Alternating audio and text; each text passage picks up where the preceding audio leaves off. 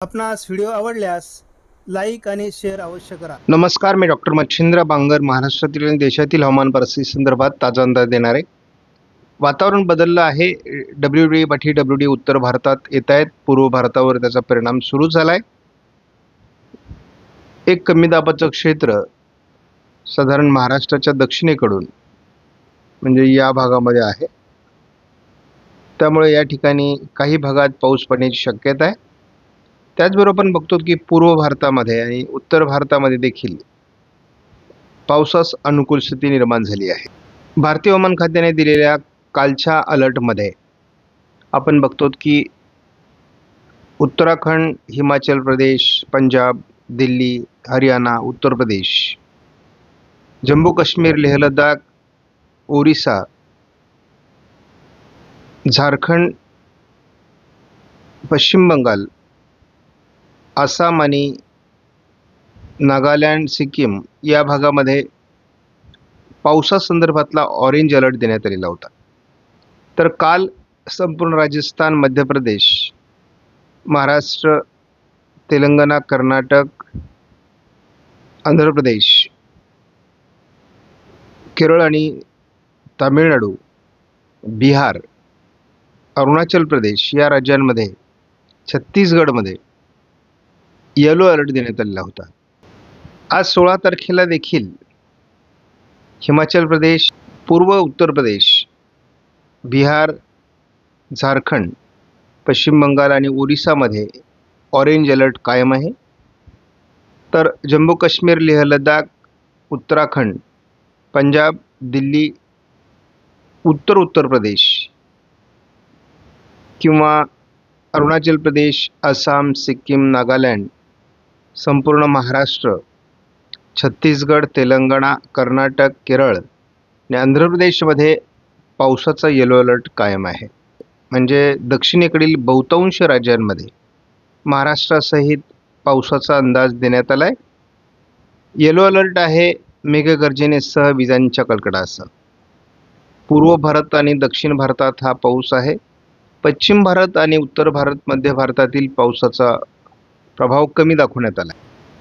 मात्र 18 तारखेला पुन्हा एकदा बहुतांश भारतातील राज्यांमध्ये येलो अलर्ट देण्यात आला आहे. म्हणजे यामध्ये जम्मू काश्मीर, लेह लडाख, उत्तराखंड, हिमाचल प्रदेश, पश्चिमी राजस्थान, गुजरात, मध्य प्रदेश, महाराष्ट्र, तेलंगणा, कर्नाटक, तामिळनाडू, आंध्र प्रदेश, रायलसीमा, ओरिसा, झारखंड, छत्तीसगड, बिहार आणि पूर्वेकडील राज्यांमध्ये पुन्हा येलो अलर्टसहित मेघगर्जनेसह पावसाचा अंदाज देण्यात आला आहे. त्यामुळे सातत्याने भारतीय हवामान खात्याकडून वेगवेगळ्या प्रकारचे अलर्ट जाहीर होत आहेत आणि ते शेतकऱ्यांपर्यंत पोहोचवण्याचं काम आपण करतो आहोत. या वातावरणामुळे उष्णतेची लाट मात्र दरम्यानच्या काळात कमी होते. GFS मॉडेलने मात्र उत्तर भारत, पूर्व भारतामध्ये पावसाचा अंदाज आज 16 तारखेला दिला आहे. तोच 17 तारखेला दिलेला आहे. 18 तारखेला त्याच पद्धतीचा अंदाज आहे. 19 तारखेपासून महाराष्ट्रात पावसाचा अंदाज दिला आहे. 20 तारखेला देखील महाराष्ट्राच्या बहुतांश भागात, मध्य प्रदेशच्या भागात, छत्तीसगड, तेलंगणा, कर्नाटक, केरळ, तामिळनाडूच्या भागात पावसाचा अंदाज देण्यात आला आहे. हा पावसाचा अंदाज 21 तारखेलाही कायम दाखवण्यात आला आहे. 22 तारखेपासून पुढे महाराष्ट्रातील पावसाची उघडीप राहील. भारतात, पूर्व भारतात, खास करून उत्तर भारतात पावसाचा अंदाज कायम असेल. विदर्भ, उत्तर महाराष्ट्राचा आणि उत्तर मराठवाड्याचा अपवाद वगळता आता उष्णतेची लाट थोडी कमी होणार आहे. त्यामुळे आपल्याला साधारण विदर्भाचा अपवाद वगळला तर 20 तारखेला बहुतांश महाराष्ट्रामध्ये आणि भारतात पाऊस असल्यामुळे उष्णतेची लाट 20, 21, 22, 23 कमी राहील. परंतु 24 आणि 25ला पुन्हा उष्णतेची लाट दाखवण्यात येते. एकूणच आजपासून ECMW मॉडेलनुसार देखील या भागामध्ये कमी दाबाचं क्षेत्र विकसित होत आहे. त्याचा महाराष्ट्राच्या दक्षिणी भागात थोडा परिणाम होण्याची शक्यता आहे. 17 तारखेला हे कमी दाबाचे क्षेत्र थोडं महाराष्ट्राच्या काही भागात सरकण्याची शक्यता आहे. 18 तारखेला त्याचा प्रभाव महाराष्ट्राच्या अंतर्गत भागात सरकण्यास सुरुवात होईल. दक्षिणेकडे सर्वदूर पावसाचा अंदाज आहे. बंगालच्या उपसागराच्या दक्षिण टोकाला देखील कमी दाबाचं क्षेत्र आहे आणि त्याच्यामधून एक प्रकारचं बाष्पयुक्त वारे हे महाराष्ट्राच्या आणि दक्षिण भारताच्या दिशेने सरकत आहेत. उत्तर भारतात WD सक्रिय आहे. 19 तारखेला विदर्भ, मराठवाड्याच्या पश्चिम महाराष्ट्राच्या काही भागात गारपिटीसह मेघगर्जनेसह वादळी पाऊस होण्याची शक्यता आहे.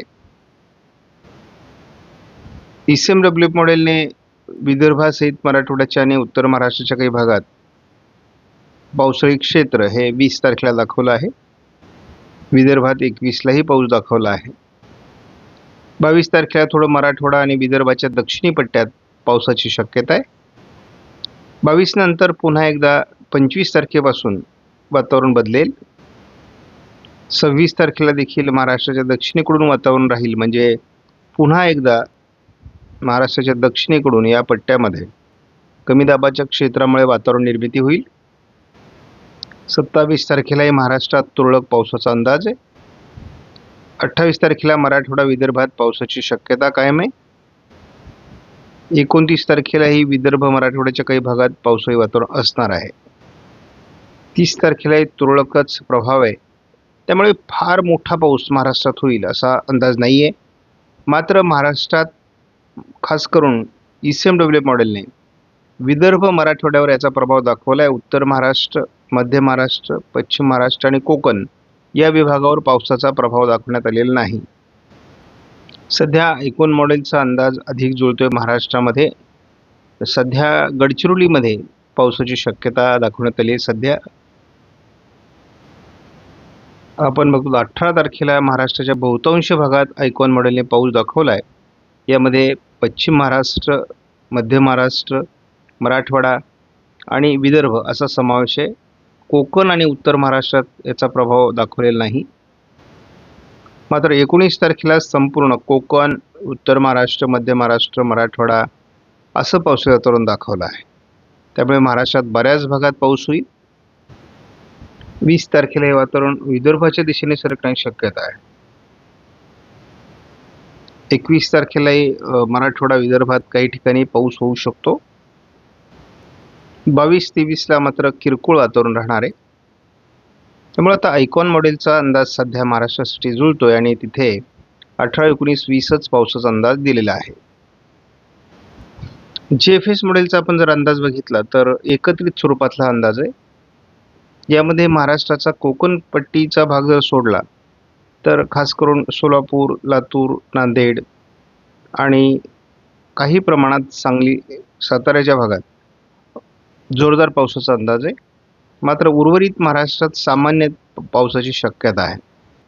त्यामुळे हलक्या ते मध्यम स्वरूपाचा पाऊस महाराष्ट्रात होईल वादळी स्वरूपात असा अंदाज आहे.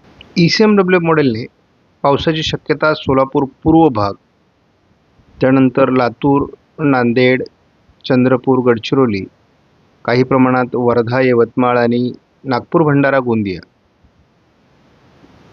वाशिम, हिंगोली आणि परभणी, बीड पूर्व भागातच दाखवलं आहे. इतरत्र पावसाची शक्यता नाही. म्हणजे उत्तर महाराष्ट्र, मध्य महाराष्ट्र किंवा कोकण या भागात पावसाचा अंदाज दिलेला नाही.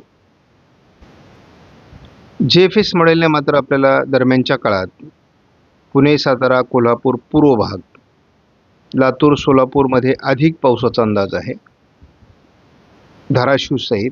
त्यानंतर अहिल्यानगर, बीड, छत्रपती संभाजीनगर, जालना, अकोला, अमरावती, अगदी यवतमाळ, वर्धा, नागपूर, भंडारा, गोंदिया, दक्षिण भाग, गडचिरोली, चंद्रपूर, नांदेड, परभणी, वाशिम, हिंगोली या भागात थोडा पावसाचा प्रभाव आहे. हाच अंदाज आपण जेव्हा आयकॉन मॉडेलचा बघतो तेव्हा अहिल्यानगर, छत्रपती संभाजीनगर, बीड या भागात सामान्य पावसाचं क्षेत्र आहे. उत्तर महाराष्ट्र, नाशिक, पुणे, सातारा किंवा कोकणातील सर्व जिल्ह्यांमध्ये पावसाची शक्यता कमी दाखवण्यात आली आहे. नंदुरबार, धुळे, जळगाव, अकोला अमरावती या भागात पाऊस कमी दाखवण्यात आला आहे. आयकॉन मॉडेलनुसार हा 22 तारखेपर्यंतचा अंदाज आहे. मात्र पूर्व विदर्भ, मराठवाड्याचा बहुतांश भाग या ठिकाणी मात्र पावसाचा प्रभाव दाखवण्यात आला आहे. त्यामुळे कोल्हापूरपर्यंत तर महाराष्ट्रात खूप पाऊस होईल असं नाही, परंतु वादळी गारपीट काही भागात होऊ शकते हा अंदाज कायम आहे. कारण सध्या महाराष्ट्रात आयकॉन मॉडेलचा अंदाज जुळतोय. आज विशेष पावसाची नोंद महाराष्ट्रात होणार नाही, परंतु दक्षिणी भागात महाराष्ट्राच्या थोडं वातावरण आहे, कमी दाबाचं क्षेत्र आहे आणि त्यामुळे आज सकाळीच थोडं कोकण किनारपट्टीला आणि उद्या देखील थोडं ढगाळ वातावरण राहणार आहे. विशेष पावसाची शक्यता आज देखील नाही आहे. आपण बघतो की सोलापूरला किंवा लातूर, धाराशिव, सातारा भागात अधिक ढगाळ वातावरण आहे. 17लाही विशेष वातावरण या मॉडेलने दाखवलेलं नाही आहे. मात्र महाराष्ट्रात पाऊस 18 पासून दाखवण्यात आला आहे. त्यामुळे सातारा, पुणे, बीड, सोलापूर, लातूर, धाराशिव किंवा अगदी नांदेड, चंद्रपूर, गडचिरोली, वर्धा, यवतमाळ, परभणीपर्यंत, कोल्हापूर या सर्व भागात 18 तारखेला पाऊस दाखवला आहे. 18 तारखेला रात्री देखील काही भागात पाऊस आणि गारपीट असण्याची शक्यता आहे.